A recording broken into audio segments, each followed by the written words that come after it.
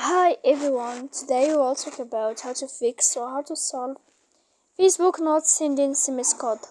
To know how to fix or how to solve Facebook not sending SMS code, you should just go to settings like this where we click. After that, in this page we go to apps, default apps, app settings. Then in this page we go down to find the application of Facebook and you will enter. Here in this page we click for stop. When you will end this, you will enter to storage. After that, we click clear cache. Then you will go to click clear data.